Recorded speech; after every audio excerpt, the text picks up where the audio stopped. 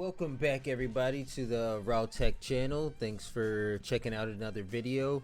So this one's gonna be about 5 tips for new streamers.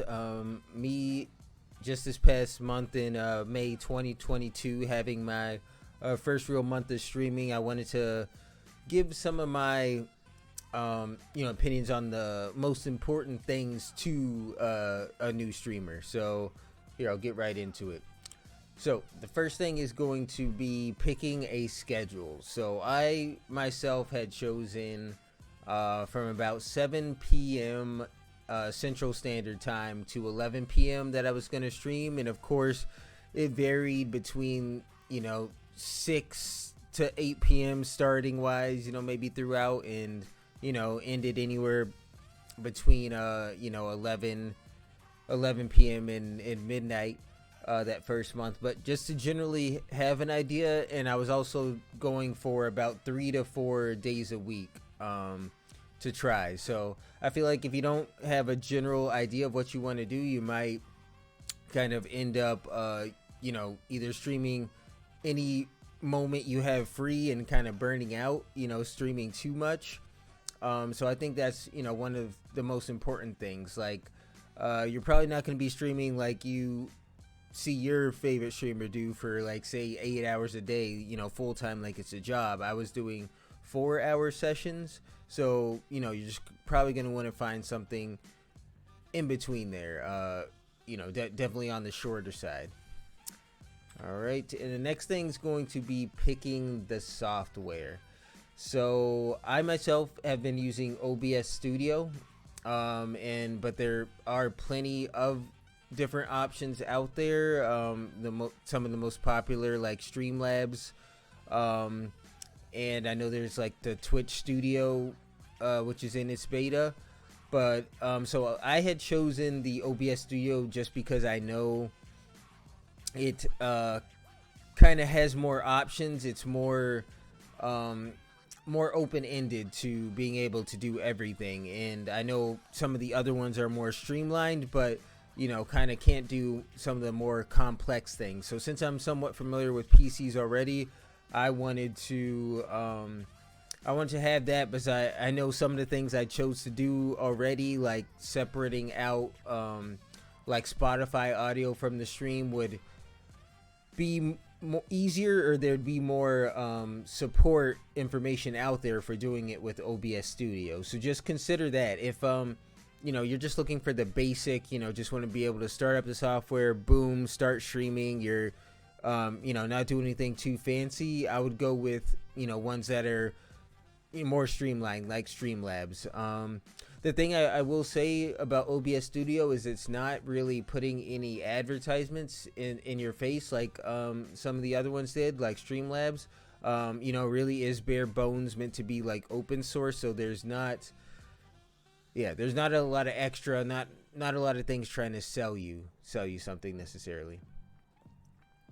All right, and keeping up with the stream info. So I myself had chosen to kind of stream a variety of games. So it did become a bit of a hassle or something. I spaced about changing the category, which is like the either the game you're in, or how you can be in just chatting or doing music, or how they have a lot of things now. It's not just games, but you have to change your category to match. Otherwise people might not be able to find you. I know when I'm streaming Twitch, I'm often looking for maybe someone playing this particular game over this particular streamer. So if you're not in the right game, then people wouldn't even be able to find you. So that's something that I was spacing quite a bit, just because there's so much to making sure that the technical side of changing games is set up right, changing it in OBS and everything. So it was very easy without moderators, when it's just you, to let that slip behind. So that's one of my main tips for keeping up.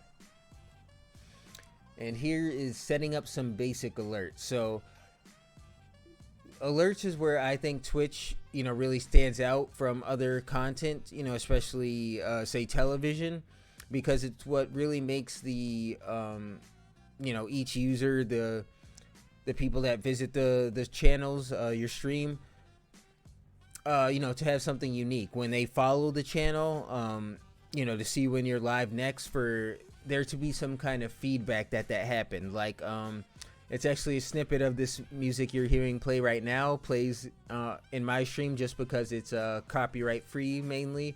But that and a little animation plays when someone follows the stream, and it's not necessarily easy to set up. Like I said, I chose to do everything in OBS Studio, so setting up these kind of alerts, follow alerts, can only be done using Streamlabs, and that's their browser, the browser side of it. It can be confusing because, of course, Streamlabs has an executable software just like OBS Studio so that you could stream with it.